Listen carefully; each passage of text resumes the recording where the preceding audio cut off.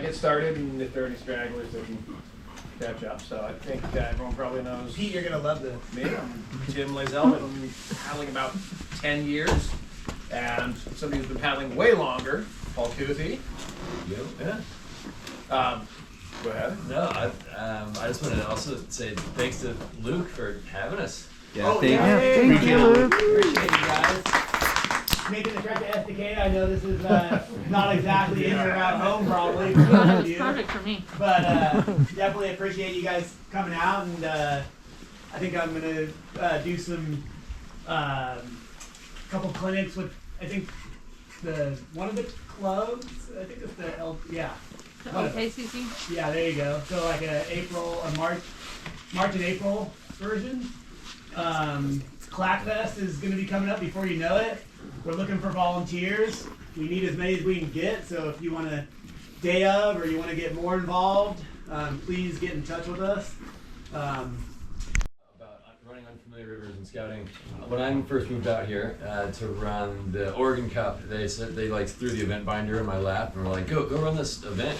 We have a Canyon Creek race. You're gonna need to run timing on that. And I had never even seen Canyon Creek, much less run any of the drops, anything close to Big Kahuna, right? There's like an 18-footer on there. And Luke was there, working for the competitor, of course. But he, being the river man that he is, was like, you haven't run this before? You're supposed to run the timing. Cool, you should follow me. And Luke showed me down my first time down Canyon Creek and actually told me all the correct lines. He didn't try to sabotage me or anything like that. Save the sound. He figured Teo was already in my ear enough on like, how are you gonna run the timing, this and that.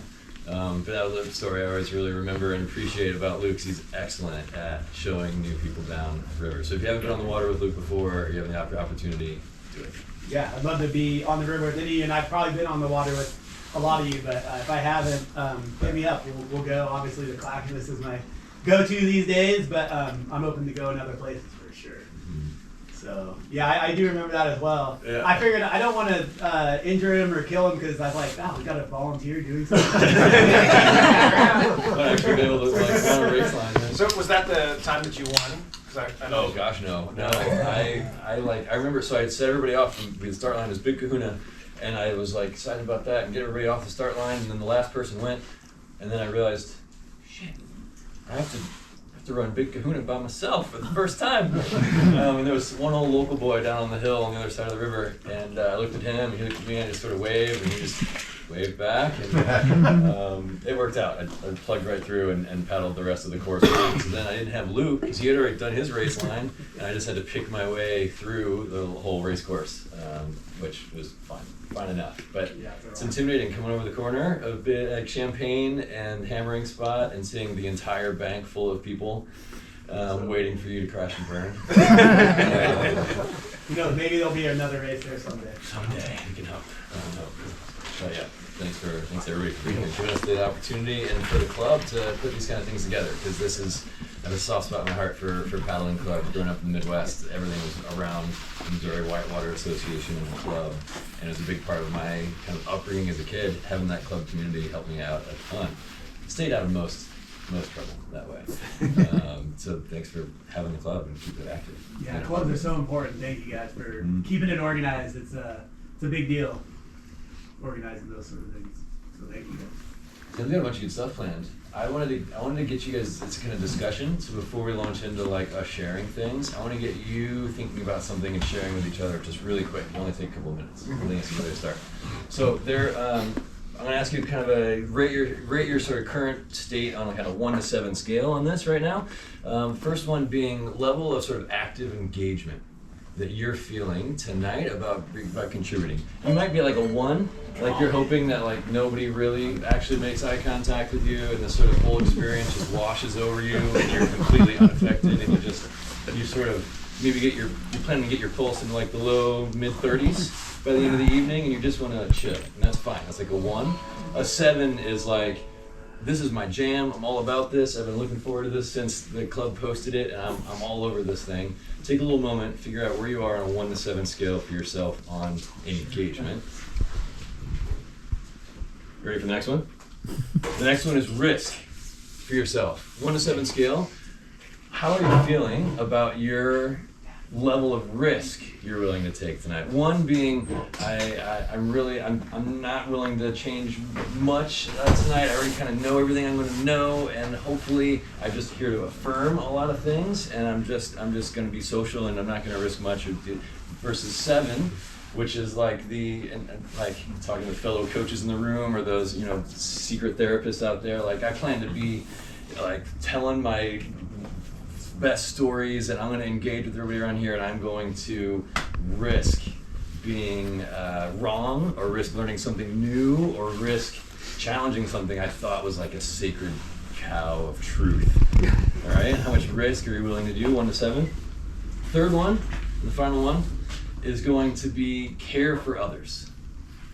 1 being like, I actually hate these people. I don't really want to paddle with them. I'm here. But 7 being, I am in love with building community. I want everyone here to have the most incredible learning experience possible, and I'm going to do everything I can to facilitate that. 1 to 7 for yourself right now. Just do a little self-check. And then the final thing, what's one thing that you need to take away from tonight for yourself? Think about that for a few moments.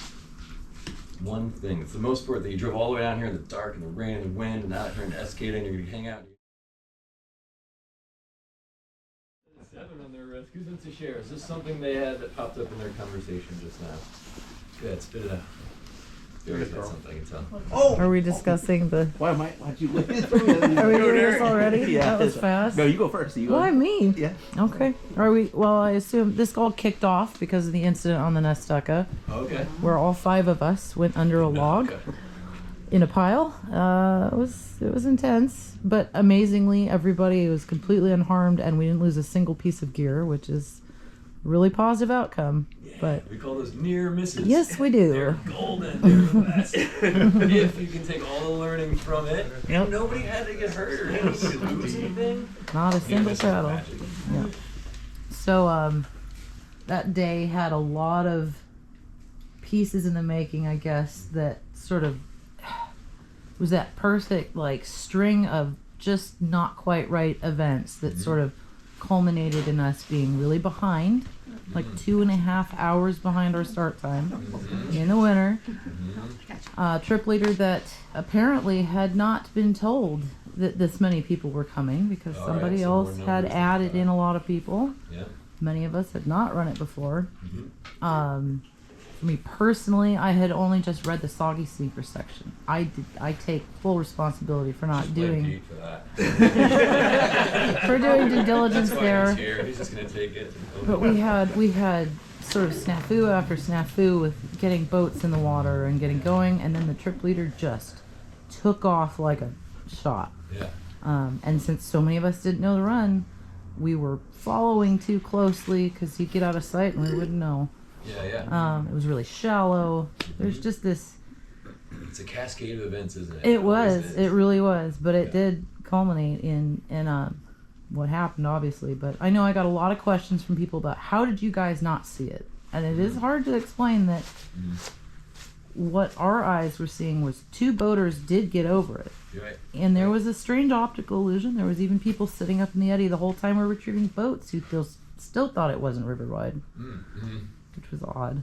But had we spent more time eddying out constantly to check, would have been really good. Fewer people. There wasn't room in any of those eddies for the number of people on that trip.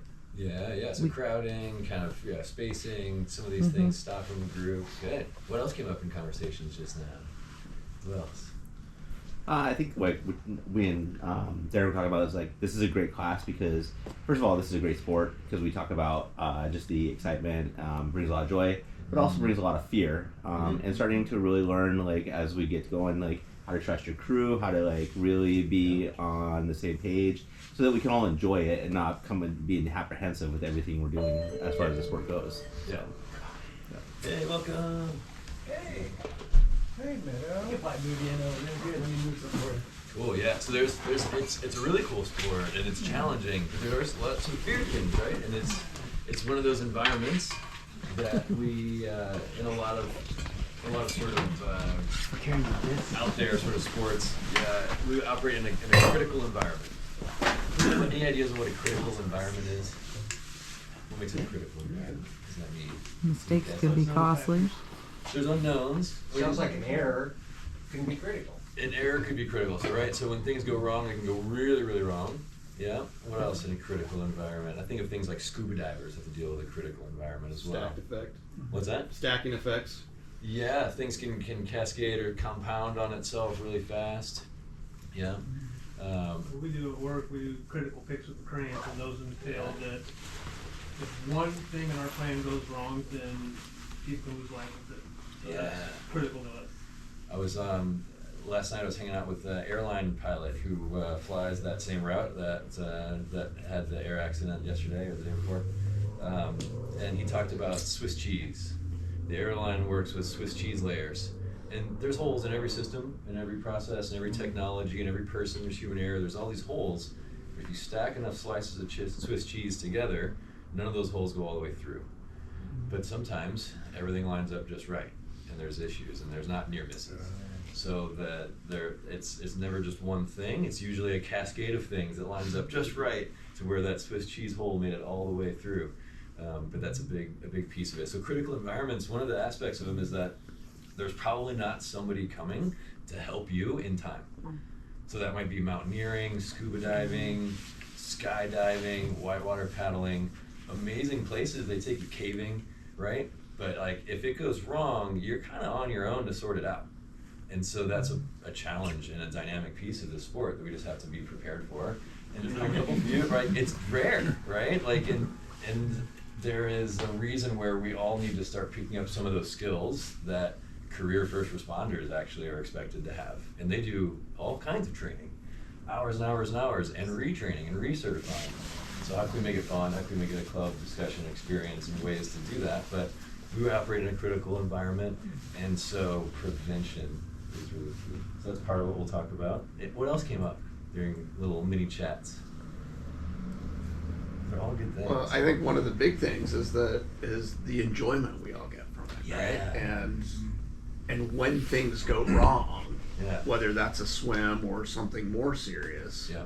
it's less enjoyable for everyone. Mm-hmm. So what do you have to do to avoid those situations? Yeah, it's as people get passionate about this sport, it becomes a lifestyle, a way of life, almost like a religion for some people, and so it can be really important that we are mindful of that. One really bad day on the water can end up ending somebody's whole aspiration to even pursue the sport, and so we have to be really careful because of that critical environment nature of things. It doesn't just stop. There's a flowing river, right? Always pushing. So we'll talk about some of the things that help with scouting and prevention. And I want to wrap this little intro discussion up with a little bit of fun and a little bit of movement. Hopefully Luke's okay with this. I think I'm gonna try it out. Do it up. Everyone You break is it, you buy going it. to have 20 seconds. And you have to remember where you grabbed this from. You have to put it back and make it clean. You have 20 seconds to grab one item from the store here, and you're going to bring it back to the group and share whether it is a safety or rescue item. Ready? Let's have you guys go in pairs. Let's The do a rescue partner. stuff is behind the CRO shirt. And then bring it up to the cash register. What else? And because I picked the same thing, Yeah. it's what makes the sport possible. Yeah, it's way more fun. It's more fun to have a blast Pick the with same water. thing.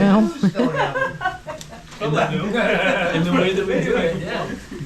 What else? What else did somebody grab that's a safety or rescue and what? What you got? I have neoprene socks because anti-hypothermia, so safety. Safety, okay. So you don't freeze to death. That's true. And When, make bad decisions because when you're cold, yeah, you can't think as well. keeping things warm is key. How could this also, just to play devil's advocate, how could those also be a rescue item?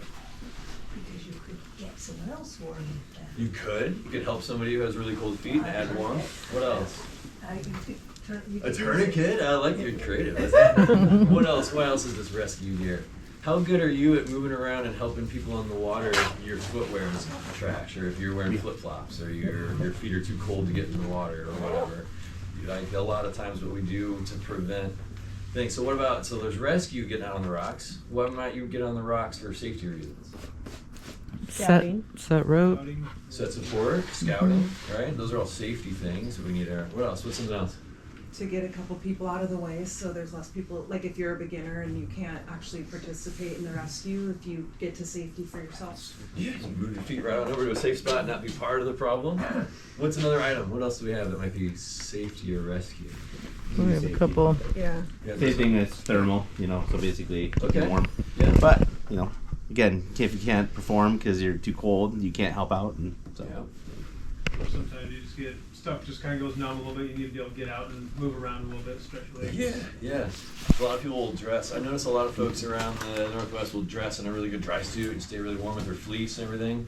And then it's like, cool, do you have any extra fleece? Like, what if someone's dry suit tears and they get soaked? Or if you have to have someone sit on the bank for 4 hours while you run shuttle and figure out how to get their boat and all that stuff.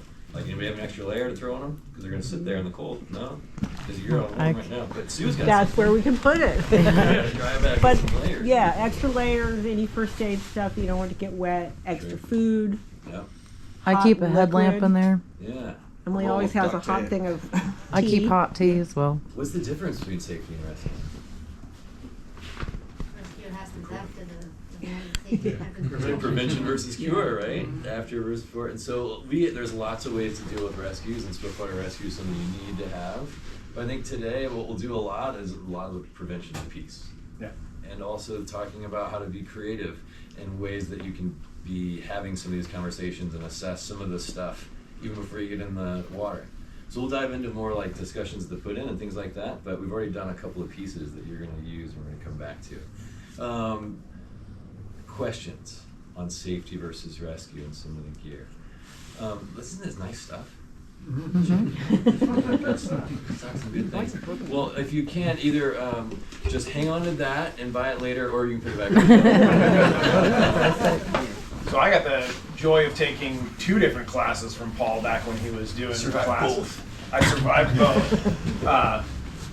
Took a whitewater rescue safety class from him first, and then style over survival, right? Oh yeah, yeah. Very, very good classes. One of the club endorsed experiences. Yeah. So absolute legend. Oh, well, thank you. It's something that I have a lot of passion around. Having when I was 12, I actually lost my dad on the river in an incident, and it was something that I had either had to make a decision. Either I was going to learn everything I needed to stay safe in the future and keep with the sport, or let go of it. And I'm so glad I stuck with it. And it was the club back home that actually kept me going out as a kid and staying on the river. So giving back to doing stuff like this is my jam. Yeah. Thanks for helping me have an opportunity to. Yeah. Oddly enough, when I was 2, my dad passed away on the river. Ah, there we go. I wasn't there, so it's one of those things. Just like either draws you in, Yeah. or it makes you say no way. Yeah. And hopefully, like situations like what happened, we can all talk about and learn from that situation, and doesn't leave people saying no, hell no, I don't want to do this. That's the purpose of this, and we'll kind of talk around some of those issues. I don't want to necessarily talk a whole bunch about that because I think a lot of people are somewhat burned out by it. But talk about how we take where we're at now and move forward and improve those skills. And, with the absolute legends that there are in this building today, like, there'll be a lot of discussion on how we do that. And so that's what I'm hoping for. Lots of feedback and everything.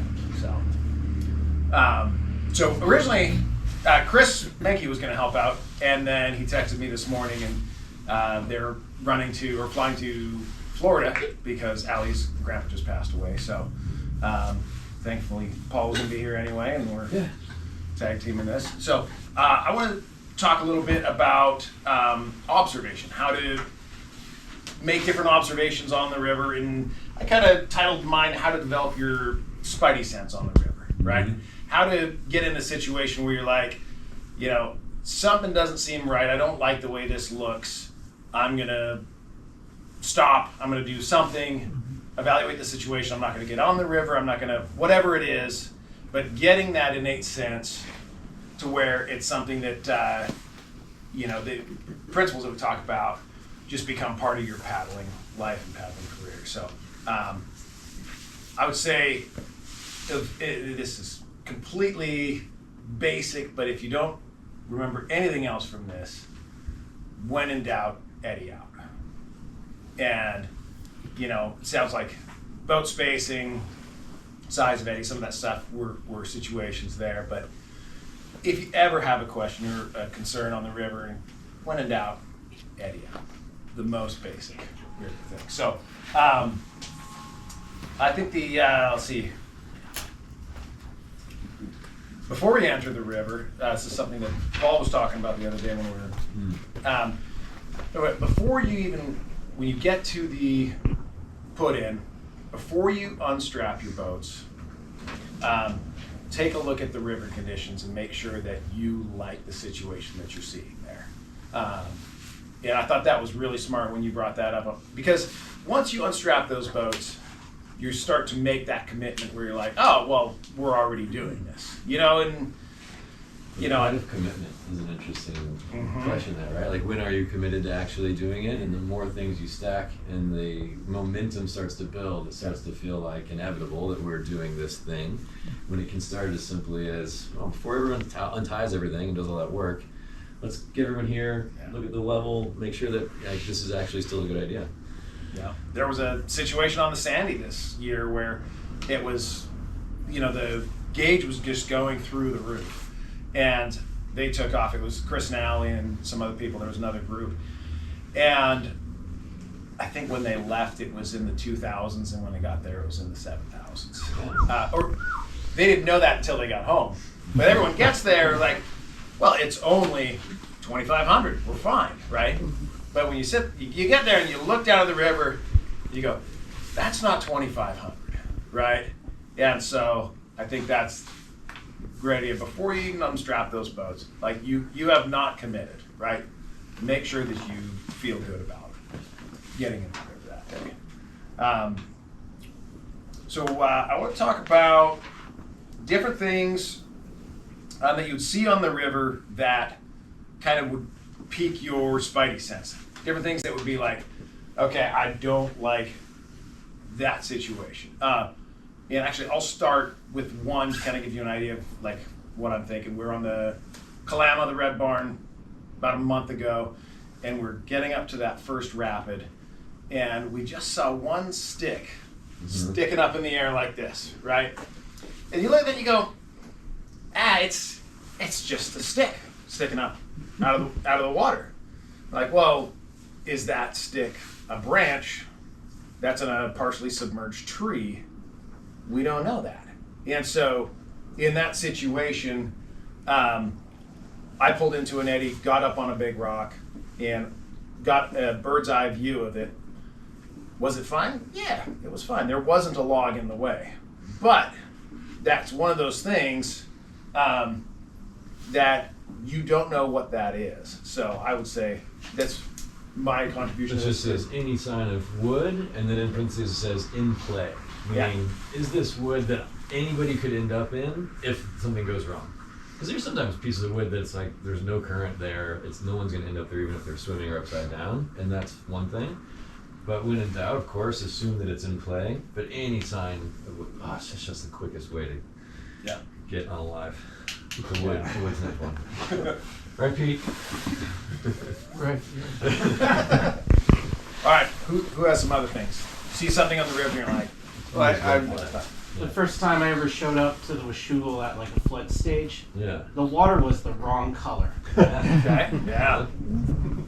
What does that tell you, or what are some of the things that can? It was telling me, there's way more sediment in the water. This is a different river than I usually run.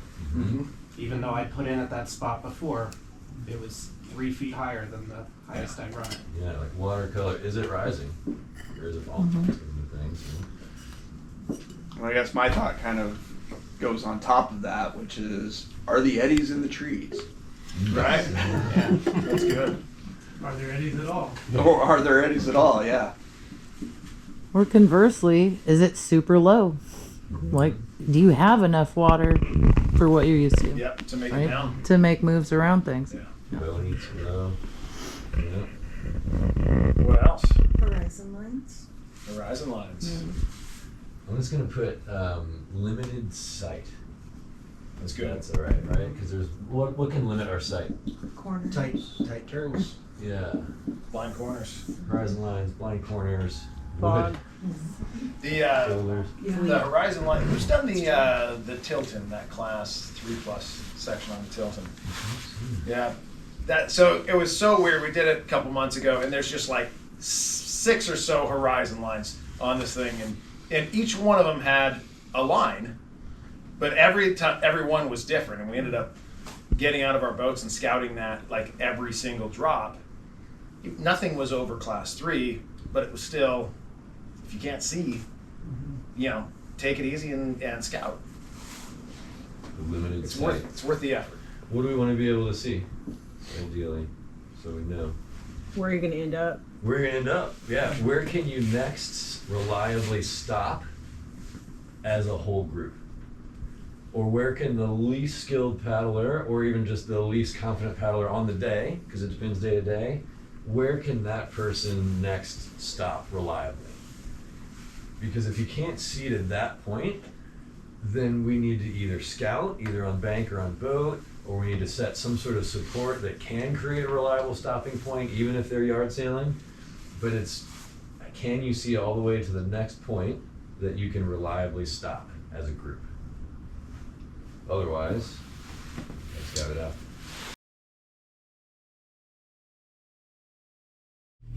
Nice. So red flags. See, But it's cold now. It's cold and wet, frosty. yeah. So just what you were talking about, bank access, just moving around on the rocks. If you're Yeah. scouting, slip and fall, Yeah. and that could be. Well, there's if you get enough ice caps on the rocks, and Pete will know about this. Like you either have crampons for everybody, or you're effectively solo paddling because no one's gonna stop and get out on the rocks and be able to do anything. It's an ice rink up there, and so all of a sudden your bank access is gone. It might as well be sheer cliffs because you can't operate on it. So then you have to make different decisions, even if it's class 2, 3, whatever. How willing are you to deal with the consequences? Can you pick it all back up together? And that is a huge contributing factor most of the time. What's a number that you would say is too much? It depends Depends on on the run.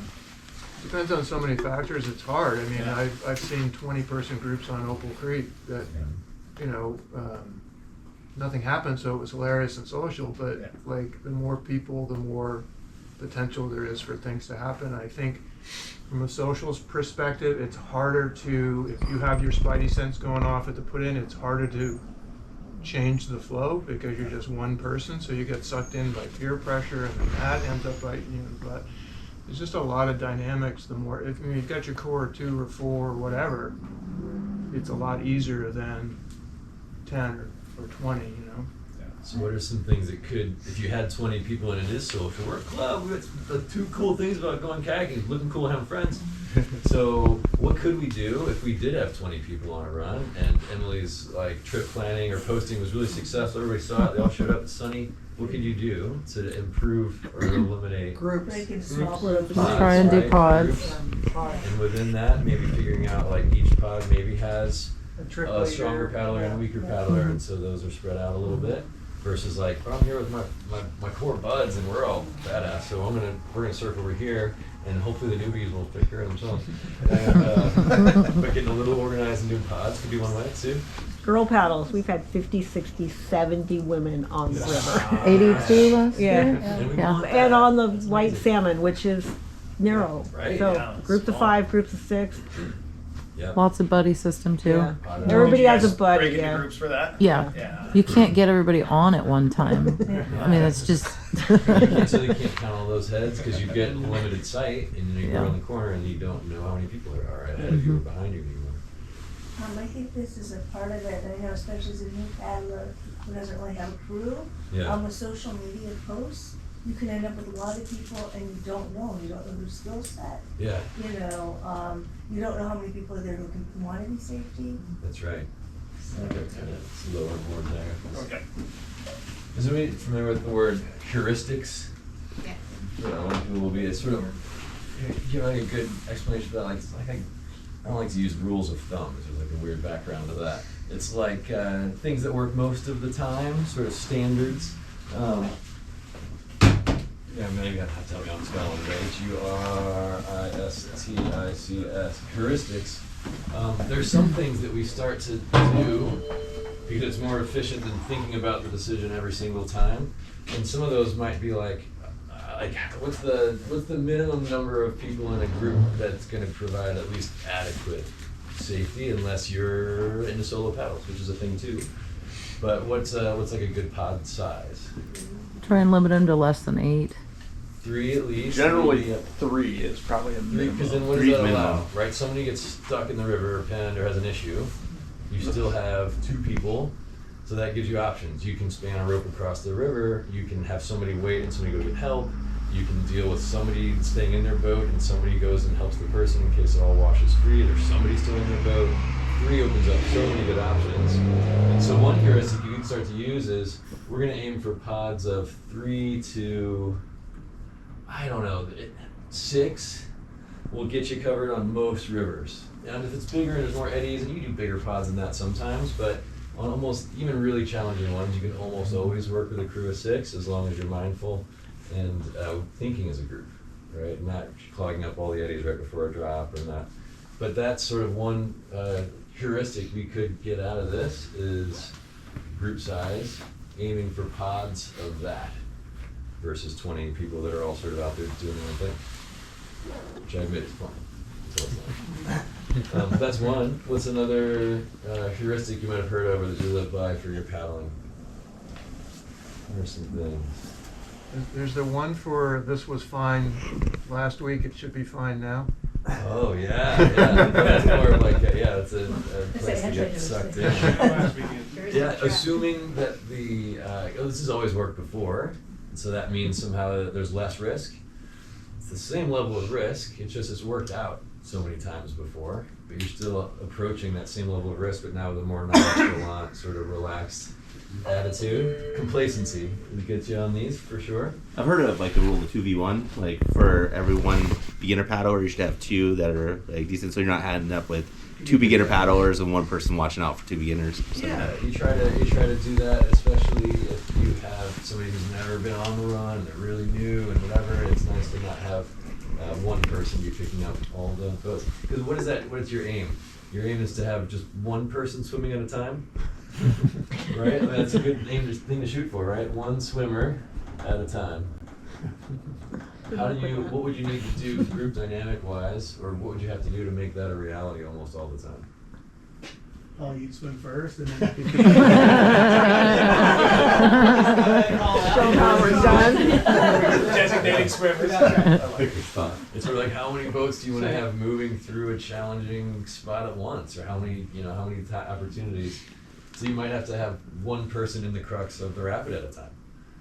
And then when they're through that, then it's like, okay, now the next person can go. So it might mean you have to control traffic a little bit. It might mean you have to get into pods. It might mean you have to have some space between one person going and then the next person has to wait 10 or 20 seconds before it's safe for them to actually go, because that person could get pinned or stuck in a hole or swim, and there's only one support rope down there. So we're going to wait and stagger and make more space.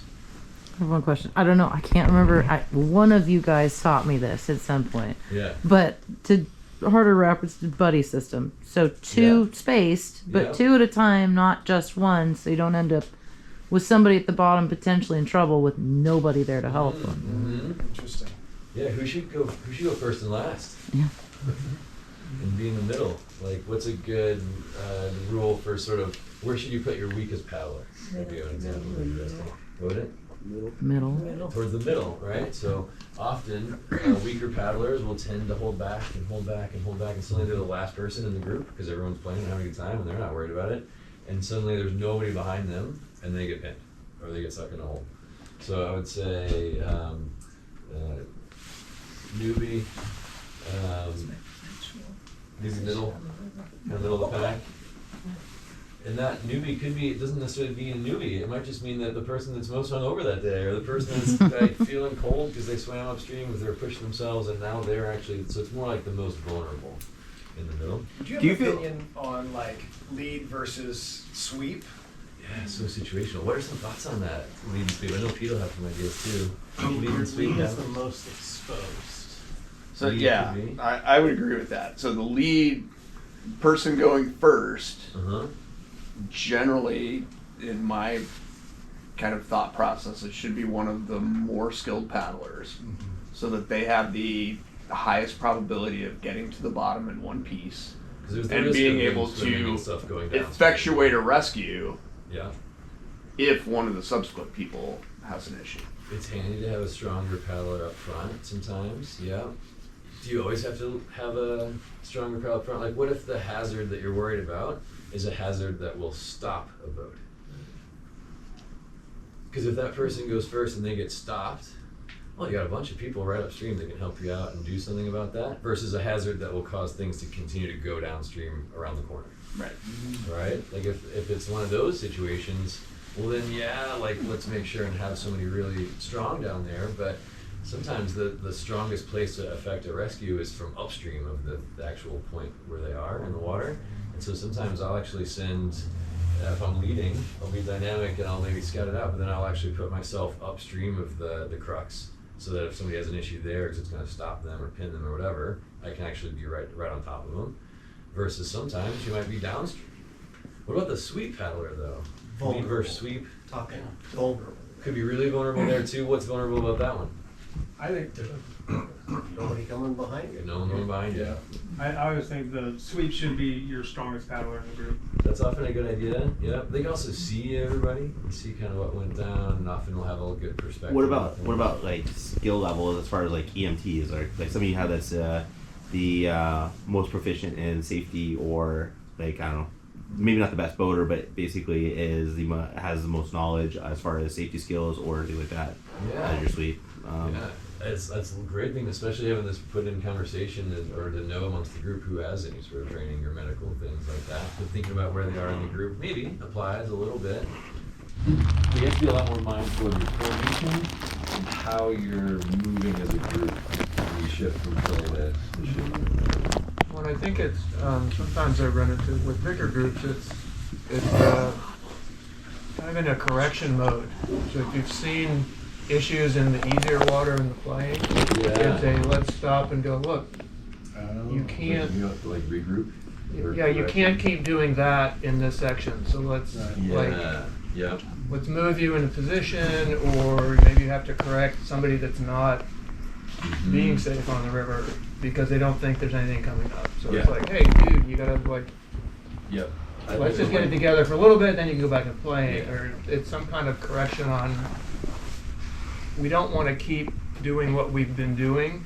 We need to change and do it different and more structured, or people have to change what they're doing. Yeah. Or if you don't know the people you're paddling with as well, you might be like, what I see so far is concerning me for what's coming up. Right, next. or it's a rechecking, like, Yeah. hey, are you actually comfortable? Because from what I've seen you in the last couple miles, you don't look comfortable. Is this section going to be an issue? What do we need to do to make you comfortable? Do you Yeah. want me to go behind you?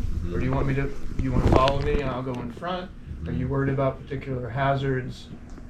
I mean, are you worried about holes or logs or pins or what, and so checking in with what you've seen earlier, I do that a lot actually. Yeah. Really watching people and seeing how they change Yeah. throughout the day. Are you noticing they're missing People a are stroke here? tired, or getting tired. you can see people getting tired, or they're Getting getting cold. cold, They or had they're a just not swim. confident. You know, who You knows? can tell they're not confident. You Yeah. know, like, what can we do to, do you want to keep doing this? Yeah. Do we need to look for a way to get out? Right. Because you're too peer pressured. You don't want to say anything. But Mhm. I've said that before and said, hey, do you want to? I know we can get out here. Do you want to get out? And I'm happy to take you out if you want to.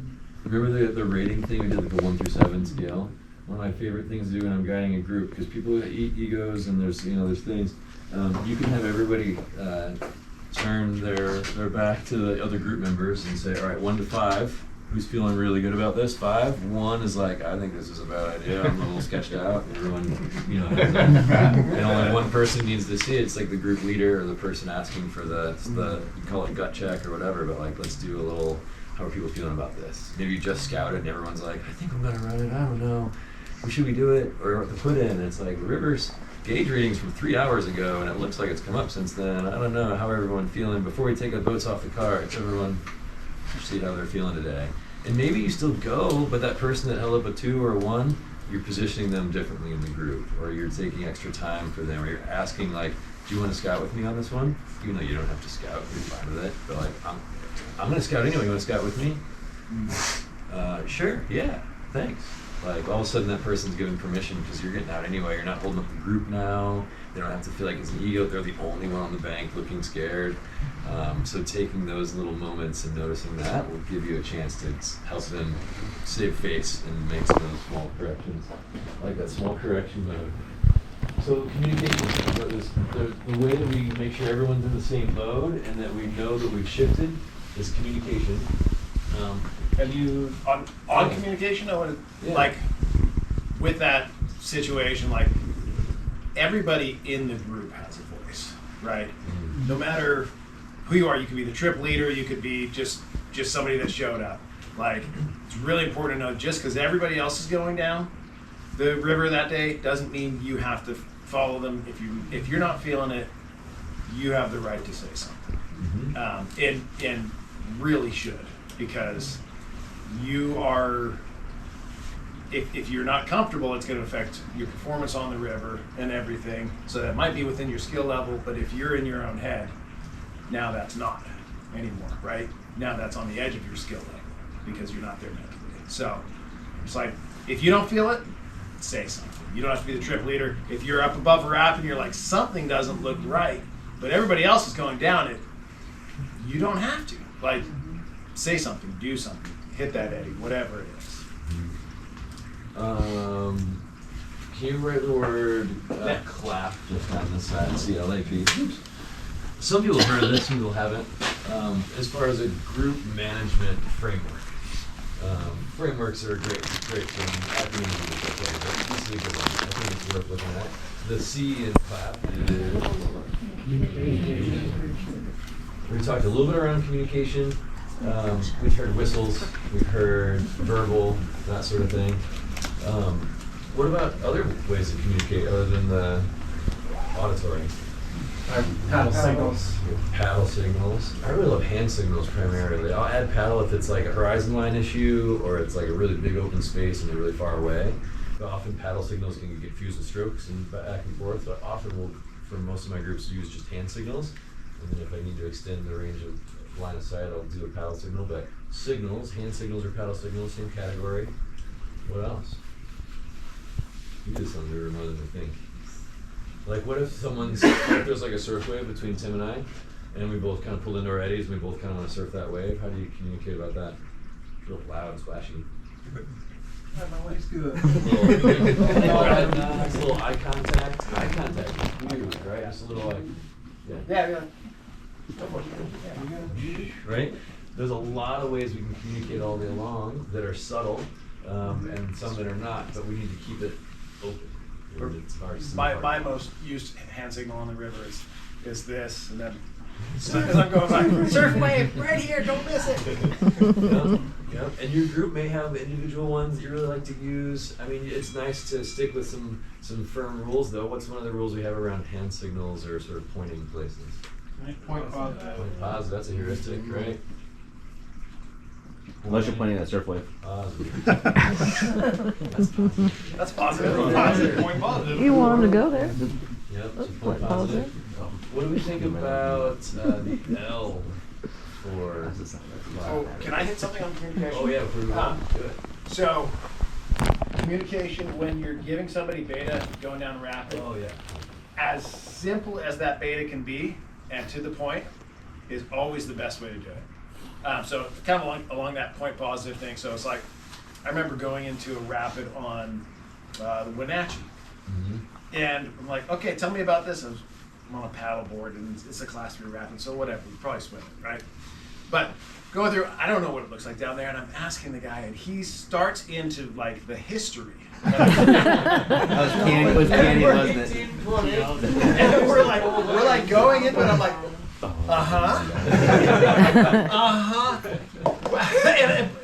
finally I'm just like, I'm not listening to you, and I just start paddling because I had to actively do the rapid. So, like a good, for me, it'd be something like start center, work left, right? You can say a whole bunch of other things about that, but nobody's going to remember it, right? As simple as you can be on that, and focus on the positives.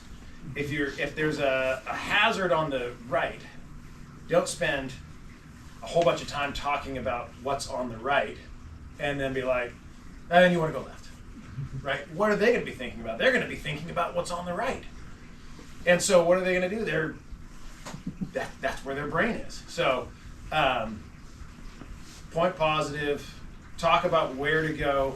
If you're going to talk about why you don't go over somewhere else, that is a small subset. Like an 80-20 ratio. 80-20, yeah. 80% of it should be like, yes, this is what you want to do. It's like raising kids. As soon as you tell them what not to do, otherwise it all falls apart. Tell them what you want to do. Yeah. So it's the 80-20 thing for sure, short, succinct. So imagine this. Every time I tell you something about the rapid coming up, I'm handing you a bowling ball. 8-pound bowling ball. There you go, sir. Oh, Yep. There's this other part of the thing about the rapid you should remember too. There's Eddie on the left. Oh, okay, yeah. The bowling Cool, ball. yeah. Well, he's gonna hold those pretty comfy. But then you start talking about one of the hazards, and this one time my buddy went over there, and they swam. They had an issue. Your friend, yeah. You've just taken the third bowling ball and wrapped it in Vaseline. When you start saying the next thing about where you're going to go on that rapid, how many bowling balls are you going to drop? All of them. He's going to say, fuck that. I'm just going to guess. I hope it works out. So we need to limit these things. Think about ands and commas as bowling balls. Every time you say this about the rapid, and this other thing about the rapid, and you just handed them 3 bowling balls. 3 steps is about what we can do. What did they say when you catch fire when you're a little kid? What are you supposed to do? Drop and roll. Stop, drop, and roll. 3 steps. What do you call when there's an emergency? 911. Right? Give them 3 things, max. You're going to start on the left, have momentum to the right, punch that last hole on the right. Left, momentum, punch it on the right. Got it. So much easier, and you'll find that the more you tell them, the more they're going to keep it brief. Bowling balls. What else in communication? That's good. I don't want to move on before that. Anybody else? Anything else on communication you want to bring up? I'll say one more thing. Your own boating behavior or your body language. So a lot of times if it's a bigger group, I'll say I know a harder section's coming up. Mm-hmm. I'll start catching more eddies and slowing down even though I don't need to, as opposed to continuing to run downstream to get people in that mode of why are we going so slow? Why are we stopping so much? They shift modes and go, wait a minute, something's different here. Yeah. But also, if somebody stops, it tends to go back up to the end of the line that everybody's like, why is that person stopping? Maybe I should stop. And it gives them a heads up, as opposed to, come on, everyone come on over this eddy. Yeah. The last eddy we need to get. Yeah. I might start catching eddies 3 or 4 up and kind of start going, hey, we gotta, just to get people out of that mentality that we're just running and playing, and we're actually starting to get shifted into a more serious Getting the approach. momentum of the group to stop before you really need them Right, to, yeah. right? Like, don't wait for that last eddy before the big rapid. Like, stop them a couple times before then, so you know you can, and that they get into that Transitioning mode. from modes. Right. Yeah. So communicating with your action. Yeah, just by doing it, I don't say, Just by hey, doing it. I just start doing it, and people start to go, what? Because some people They feel know weird it. about being like a leader or telling people what to do. They're like, oh, I'm gonna stop the whole group and say, guys, we gotta switch modes. Sometimes you just have to eddy out more and sort of pause more and get more eye contact with people and be like, big one down there, all right? And that can be enough to shift the mode in a way that's socially, feels good for you. Yeah. I'm going to say something on that. The way that you are communicating should represent what's coming up, right? So this is something that happened in a situation recently, but where somebody was really intense and he was, oh my goodness, and everything was fine. Like, the main channel was all fine, but they were talking in a way that made everyone else think, oh my gosh, like something bad is going on down here. So be conscious of how your body language is communicating to the people that you're around, especially like maybe you're on the other side of the river and they can't hear all your words super clearly and you're trying to do hand signals combined with that. Your demeanor should match that situation. Well, and paying attention to other people's demeanors too. And I mean, paying maybe attention there's to somebody other that's going really slow catching all the eddies, and you go, why are they so much slower than everything else? They may not be confident. If it's Teresa, she's just playing catching all the eddies, which is fine. But someone else may be like, I'm a little unsure of where I should be, and you need to pay attention to that so you can check in with that person and go, hey, you know, is there something going on, or are you just like catching eddies, which is fine. Or sometimes early on, it's the person that doesn't catch any eddies. And they're just like, That's the opposite. down the middle of the river, be like, they're scared to turn their boat and stop in eddies and stuff. Yeah, looking for those things has a lot to do with your ability to do all these things and follow these heuristics and stay safe and recognize all the red flags. It's your ability to stop. And that sometimes comes from, you know, getting well practiced at catching eddies and all those sorts of things, but there's other ways to stop as well. What are other ways to stop on a river besides catching a nice, fluffy, easy eddy? What are places you can stop your boat? Surfways. I hear this a lot, like, oh, I couldn't stop, there was no eddies. Well, okay. Surf waves, you can stop your boat on surf waves sometimes. What else is a way to stop a boat? Pin yourself on a rock. You could use rocks to pin yourself, love the rock, temporarily like brace up against a rock and hold yourself maybe on the pillow on the front side of the rock because the eddy's around back. What else? I know Pete's probably run into this one before where you just like jettison yourself up on the bank, paddling as fast as you can because there's no eddies, nowhere to stop, and you just hope that you can like get your boat up on the bank enough to stop and get out of it before. How many places on the river can you stop and get out that aren't the easy, comfortable, normal places? Because when things are going down, you need to help somebody or you need to stop the group and it's like getting sketchier or steeper, it's always the hard places to stop. It's always the little eddies or the slippery steep bank or the... So sometimes a really fun game to play as a group is just, hey, who can stop in the funniest place on the river today? Who can stop their boat in the middle of the river on a rock at the top of a class 2 easy rapid, but it's like a really tricky spot to get out? Practicing those things. Who can stop in this rapid not using an eddy? How many places can you stop in this rapid without an eddy? Yeah, can you just paddle in the current? Yeah, turn around and paddle upstream like a salmon. That sometimes buys you time to make decisions, or for stuff to, you know, flush out of the hole downstream. Grab a tree branch on the side. Grab a tree. You can grab a tree branch sometimes. Grab a root ball and lean onto the bank. There's lots of ways to stop. Usually, far more places to stop than you think, because what happens to our sort of awareness as we get scared? We turn inside, we get internal with it, we stop paying attention to the group, it's all just right in here. And so we need to figure out ways to open that up. And the tendency is to not see those little places. So if you practice them and you get really used to stopping in funny little weird awkward spots, you can recognize them a lot quicker when you see someone's pinned or that's a river wide log actually, or we can't see around the corner and there's not enough eddies to fit the whole group. How do I stop myself in that? So stopping and practicing that also makes it easier to keep line of sight, or if you're Irish, line of sight. Line of sight. So you want to keep your line of sight on who? What does that mean, line of sight? Why is clapping a good group management framework? What's the line of sight all about? Why do we care? I mean, ideally, the last person in the group can still put eyes on the first person. Oh, that's a great, yeah. If the environment allows it, when you have too much limited sight, you might be able to have the last person always be able to see everybody in the group, including the very first person, and vice versa. That definitely happens on open water a lot and on easier rivers. Sometimes it becomes limiting, though. You can't always see everybody in the group, but what do you want to maintain? How do you keep line of sight then? Person behind. That's what I've always. You can see the person behind you still. Yes. Yeah, and you might still be able to see the person in front of you. But that's not your responsibility. Right. Right? Yeah, because you're going to pick your own line, hopefully. No, But they might be. No, because they have to keep their eye on you. Ideally, yeah. The key is like the chain, right? Whether it's in front of you or behind you, you can sort of have the chain of line of sight. So you can't see everybody, but you can see the next person. And that next person can see the next person beyond that you can't see, but they can see. And then if something happens with anybody, there's at least one set of eyes on everybody. So maintaining like a line of sight somehow, way for you to perform. What's places where that gets violated or places where that gets challenging? We talked about horizon lines, big boulders, trees in the way, all of those things. We just want to maintain blind corners. So like if you have if you have like a real like, I don't know, is that Armstrong or back or something? A real sharp corner here, and you got a line of boaters over here, and there's a big old house-sized rock there, and there's an eddy here, and it blocks there. There's another set of boaters there. These folks can't see each other, but if you have somebody in this eddy who can see this person and that person, that's great.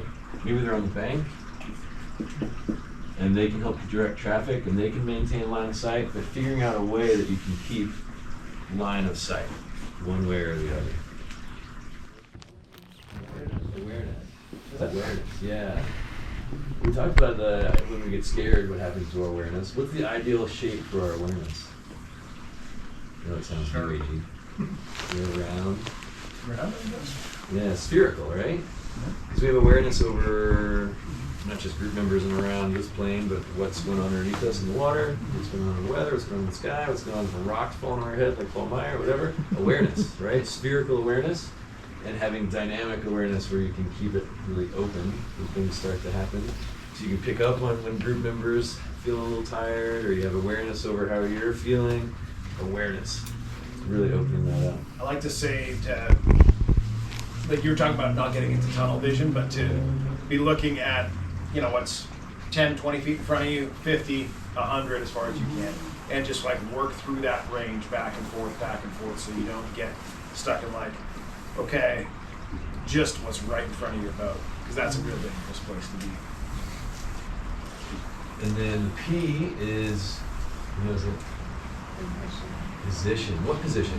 Most usefulness. Usefulness. Position of maximum usefulness. Now, is this position of maximum usefulness, should the absolute worst happen? Maybe, maybe not. It's usually, for me, it's the position of usefulness. It should the most likely negative thing happen. And sometimes it's the same spot if the worst should happen, but you're wanting to always think about where your position is in relation to the group and where you want to be in these different modes. Should something happen to anybody in the group, where would you like to be? So as you're approaching the rapid and thinking about where that position of usefulness is, where it often goes wrong. Well, where does it often go wrong with the club, with position of usefulness? How does this go downhill? When do people usually stop thinking about There's that? a swimmer and 6 boats mobbing. Yeah. Is everyone's position of usefulness on top of the swimmer? Probably not. Yeah. What's another time where you see position of You get the wrong people trying to rescue a boat or a person. Sometimes. So like, if you're just barely staying upright today and you're like, everything you can do just to keep yourself, or should you really go after the gear and the boat and all that stuff, or should you eddy out and just make sure you're not part of the problem getting worse? Right? So maybe your position of usefulness in that situation is in an eddy, hanging onto a branch, no way you're going anywhere, and you're just observing. And you're counting heads and thinking about, do I have to drive layer? Do I have to know, how can I next be of use? Maybe it's on the bank, wherever it is. But thinking about that position of maximum usefulness all the time. And there are times Sometimes position becomes a challenge. picking a person you might need to take care of a little bit on the river. So being a silent buddy sometimes. Yeah, that We might be the run into that a best. lot on the beginner paddles. Where Yeah. kind of It's a little identify. caretaking, a little prevention, and suddenly like nobody has any swims because that person was totally supported and helped along, and you prevented a bunch of stuff. So yeah, maybe the position of usefulness isn't downstream waiting for them, cheering for them, and hope they get to that hole. But it's right up next to them before they drop in, and showing them the line, and giving them the confidence to actually paddle with full strokes so it comes through that hole. But thinking about where your position is most useful. And asking, am I useful here, or should I go somewhere else? What do you, being mindful of that, being willing to be dynamic with it. So that's clap. You can clap for it. It's really good. In the state of complacency, and I found that it's lent itself to getting me in some tough places and not hard places on the river. For instance, if you're running something that's more difficult, you often are like, oh, you know, there's these 5 rapids. These 5 rapids are very difficult, and we all got to be aware that those are the difficult rapids, and we want to get through those. But then, if you're running, and you know, this increases as you start to run harder whitewater, but often in those rivers, you're going by places you don't want to be every moment of the paddle, right? And so if you paddle that stuff often and you get to know it really well, I'm sure you guys have all seen the videos of people just going down the little white salmon, and it looks like they're going down the Clackamas. It just seems so easy for them, and it's probably because they're been doing it so much. And so you focus on all those larger rapids or the harder rapids, and then sometimes in the in-between stuff, there's hazards that you don't even pay attention to. And I found myself in those positions multiple times where I'm pinned in a class 3 rapid on a class 5 or 5+ run. And it's because I wasn't really paying attention, because I'm so focused on these other harder rapids that I went and got myself broached on a rock in like one of the easier sections of the river. And so as you paddle more and more and more, complacency can really be something that creeps into your paddling and you don't even know it's doing that. And those can be really hard lessons to learn for yourself or for somebody that you paddle with. And so I would just say, you know, that awareness and the clap is like the opposite of your complacency. And so checking in with yourself, making sure that you're... There's a little bit of a mode thing there too, it's right? A mode, yeah, it's kind of a mode thing. Complacent chill mode. I'm just like, we're just cruise mode. But suddenly there's some all of a hazards sudden you're there. stuck, and and you know, if you're paddling with 1 or 2 other people, you may be by yourself. They don't even know you're stuck there. We've been on this sort of thing where Luke's talking about, like, you're so focused on the 5 hard ones, right? Maybe you're like 5 or 6 rapids up from the first hard one, and there's somebody in the group who just keeps asking questions about that first hard rapid, when really we gotta deal with the one we're in, or that we're on right now. We can get our minds so ahead of ourselves and so onto that next big drop we've been up at night thinking about, and butterflies in our stomach all morning thinking about, and suddenly we have an issue on a nothing rapid because we're not actually focused on the rapid we're running. Yeah, and we're human. We'll make mistakes, and it is a critical place to be, and like in those critical places is when, you know, things can deteriorate really quickly for you or the people around you. Complacency. It's statistically, the folks that do have the most trouble and you see fatalities, it's in brand new paddlers or people that are not experienced at all, like recreational rafting customers and stuff like that, or really experienced paddlers. It's usually on the margins, and it's a lot of it has to do with complacency and things like, it's always worked out, it's always been fine, I'm totally relaxed here, but we gotta stay sharp. We gotta stay mindful. Our awareness has to stay big enough, and we have to be in the right mode around some of these things, because we're in that critical environment. Where is it? Kayaking world and the social media world, and Red Bull and doing Coded courage, we used to call it. There's a lot of that. I see a lot of the checking off different class rapids to say that I'm a class whatever paddler. You know, like, I've run a class 4 rapid, so I'm a class 4 paddler, that means. And so we're often getting in trouble paddling to a certain rating or scale on a river, which it's a pretty rudimentary, crude rating scale. 1 through 6, that's it. That's all you have for variation. But people do, they sort of get their ego attached to the number on that 6 scale that they feel like they're at. And that can be a lot of challenges. It's rare that rivers go away, right? Like, you could go another time. You could go later when you're a little bit more experienced or when you're a little more comfortable or the group dynamics are right. But like, you know, we all set our sights on specific rivers we want to run, right? We all want to run the East Fork of the Lewis and go off these amazing waterfalls, or we all want to get to like Canyon Creek or the Trust or whatever. So I just say be careful about letting that drive get you to a place where you don't necessarily belong yet. I certainly put myself in many of those places when I was coming up as a paddler, so yeah, just I had a buddy once tell me, well, that river's not going anywhere, Luke, so just settle down a little bit. And I've repeated that to other folks that I can tell are very excited to go to a place but potentially don't have the experience to be there. And I think this sport drives us to do things that probably sometimes can be above our skill sets, right? There's pushing the limits, that line of where you're kind of at, and then there's, did I step past that line? Yeah. And when you do, you can find out sometimes. You know where the line is unless you step past it a little bit. It's good to push yourself, right? It's good to push Swiss cheese yourself. layers, though, right? If you line up enough of them, you can push it, and still you're not going to get all the way through one of those random holes.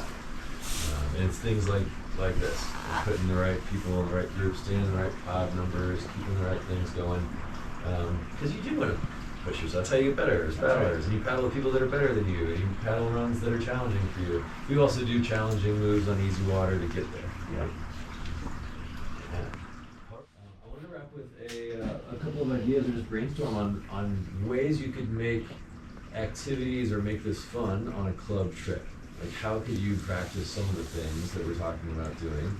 What are some games or activities or stuff you can do on the water to actually improve your skills in these areas? Any of that ideas or thoughts? You just named a whole bunch. Telephone. What's that? You named like a whole bunch. Telephone. A telephone game would be good. Can you eddy out in weird places? What does it say? you can eddy out Micro in the eddy weirdest- leapfrog. weirdest spots. Yeah, Leapfrog. I've done follow the leader Yeah. with Yeah. beginners a lot, Follow, like, try to match stroke for stroke, follow the leader. or hit all the same eddies. Hit all the same eddies. And yeah. that's a timing thing, because if you're following somebody, you can't pass them. So you have to pull into the eddy they pull into and leave when leave that after they eddy down leave, through but you yeah. has to open up before it's then ready Yeah. for you. How do you stop a group when you're in that sort of flow down the river? What do you have to do to stop the group? I usually do just an eddy out signal. And, Yeah, well, I mean, and if point. everyone's So- just sort of moving down and sort of replacing the boater in front of them in the same eddy, all that has to happen to stop the whole group is just stop bleeding the eddy. Yeah. The first person in the group just stay put, and then nobody can move.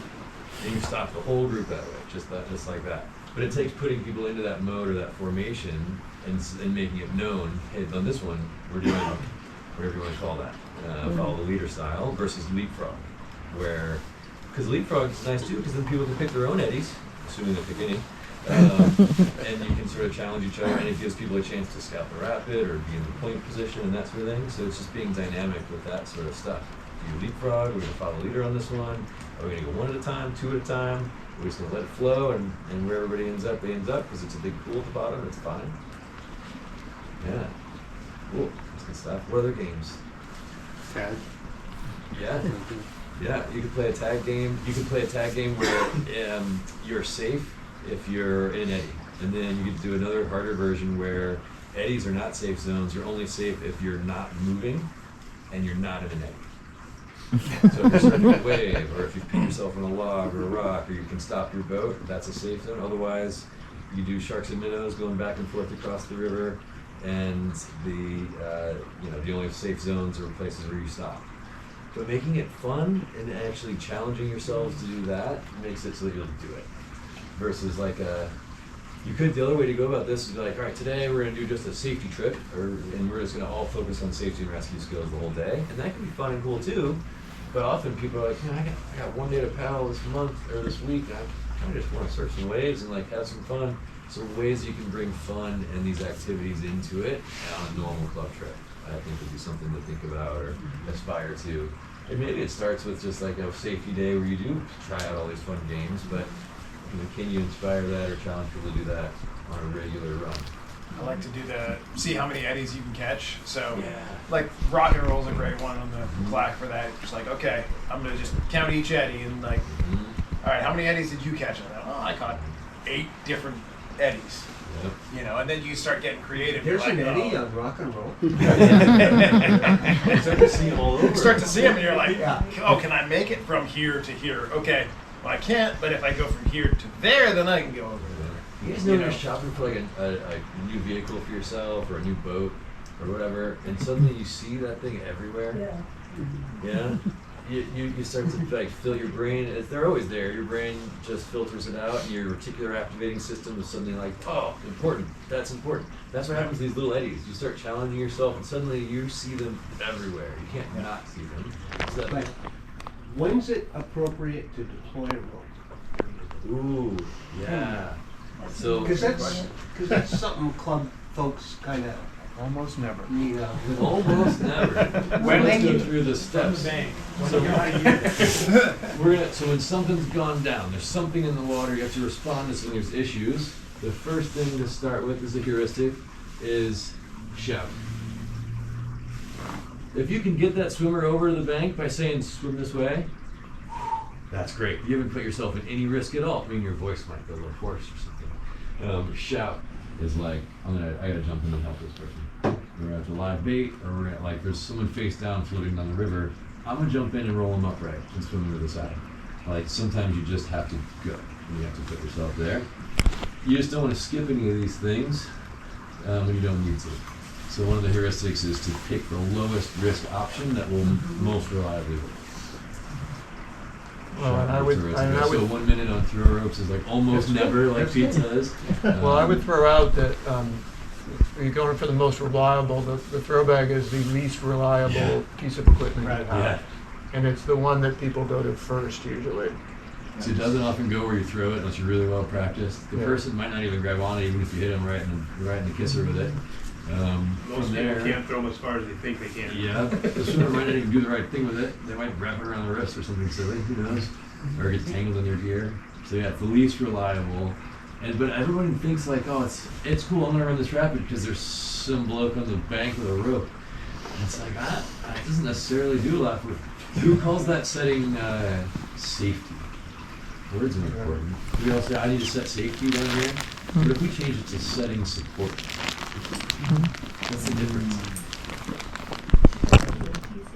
You're not guaranteeing safety because some person standing on there with a rope. You're supporting them, but you can't make them safe necessarily. Because is a rope a safety thing or a rescue thing?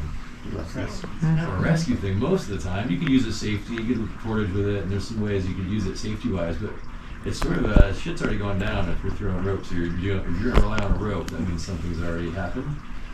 So that is something I see a lot of, and it's the least reliable. But it's all of a sudden this like badge of like, oh, I'm allowed to run this rapid now because there's somebody standing there with a rope. I don't know, maybe. I feel better about it than not having one. Sometimes. Advice for someone that's stationary, so they're stuck in the middle of the river on a rock and you want to get them to the side. Mm-hmm. Or they're swimming a hole, getting recirculated in Yeah. one spot. It's great for that. Mhm. But for a swimmer, it's so unreliable that it would do anything with it that you'd be better off in a boat picking them up. I always Personally. kind of think about what's downstream. You know, if it's going to be a scary swim, if they don't get out right then. Yeah. I mean, But if they have a path to one go rapid at a down, time, it's safe.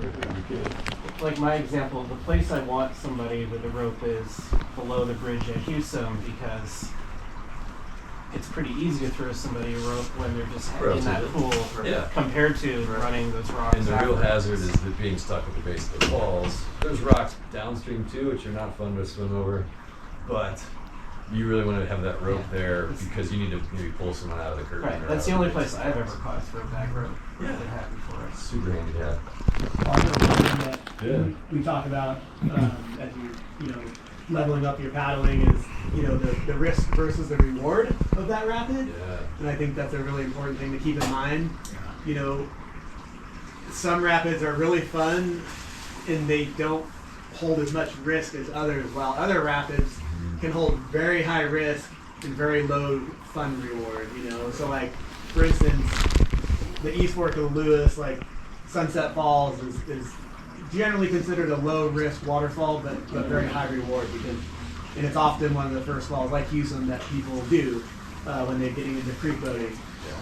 But when you step up to a rapid that's got like a sieve and a log and it's 20 moves long and down around the corner is like another sieve, like is it really worth it? Right. Because if you mess up, like what's gonna happen? Like your buddy's probably not gonna hit you with the bag.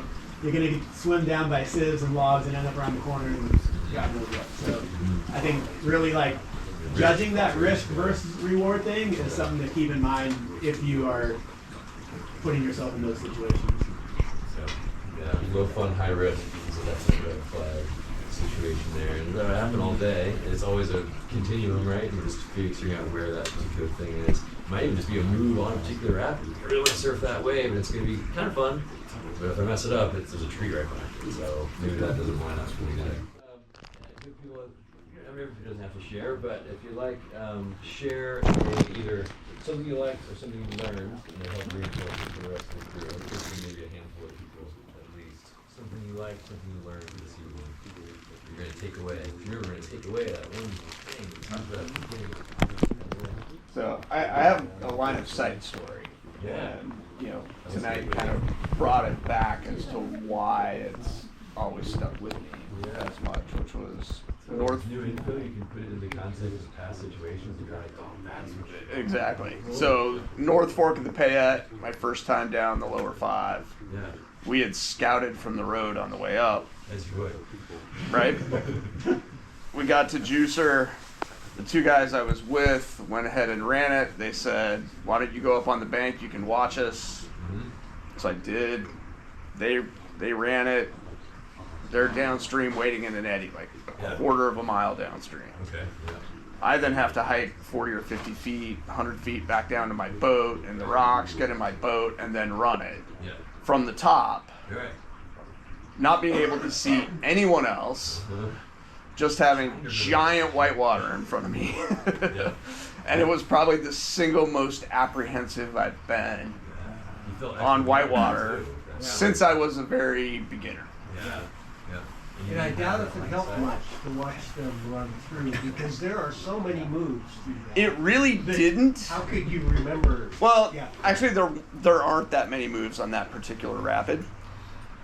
Yeah, but I had picked out the line I wanted when we scouted at the very beginning. Already, right? Yeah, I'd already picked out the line, and they ran the same line. Mm-hmm. I actually stuck the line. I did it perfectly. Yeah. Sometimes I keep people, if it's their first time on a run, or I think it's might be a hard thing, sometimes I keep them in close. Scout it, let's really kind of okay. You just mentioned some of them watch a YouTube video, read the guidebook. Yeah. I mean, what do you notice about the road scouting problem thing? With the, It's in the wrong order. You see the hard parts from the road usually? No. It's you're up above it. It looks easier. Doesn't look as big. Usually the road gets real close to the river when it's easy to build a road next to the river. And when the river gets real steep and challenging is when the road cuts away.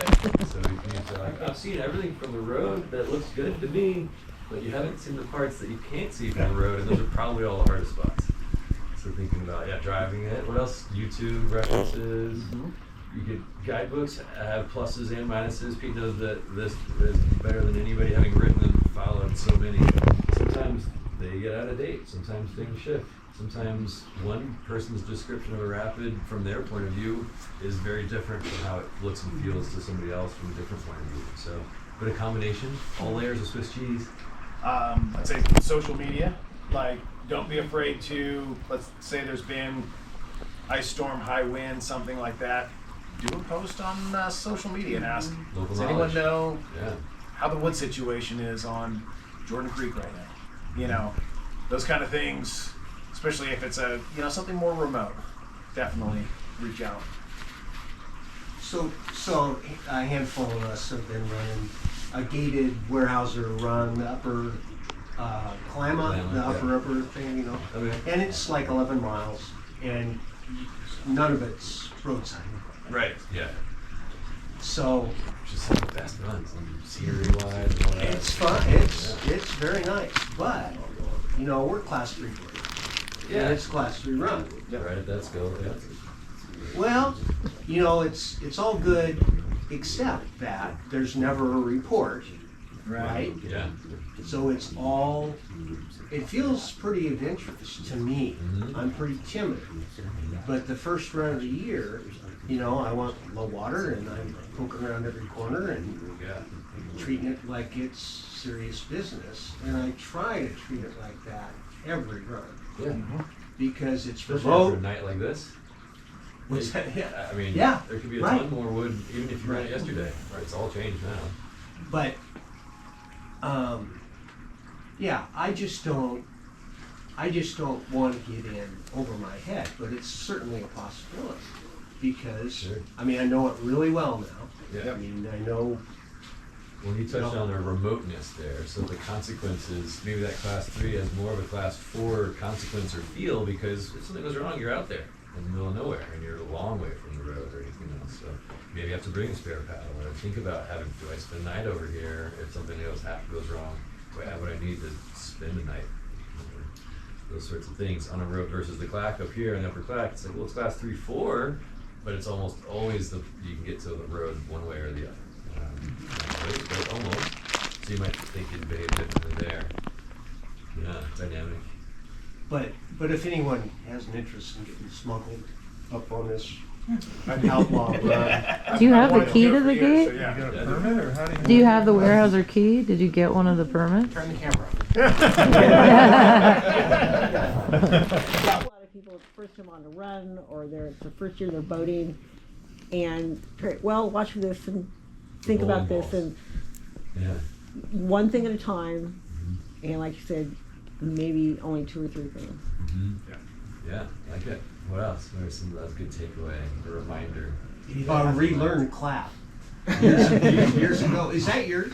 No, it's I got that from the British Canoe Union back in the day. Yeah. I think you still use it. It's good. Anything from somebody that hasn't shared yet?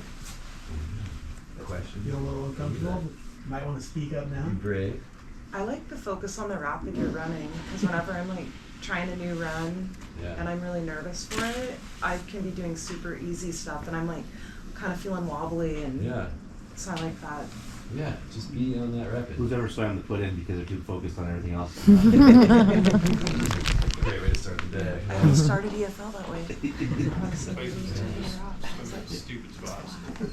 Yeah.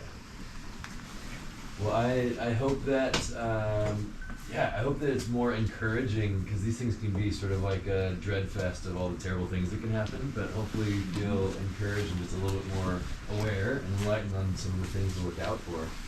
And thanks for being a part of this. I appreciate the community being more educated, because I'm going to go boat in this community for a lot more years. Got my kids boat in this community. I want everyone here in this room to stay safe in the town for a lot of years. Absolutely. Thanks for coming out. Yeah, this is great. I mean, Thank you guys.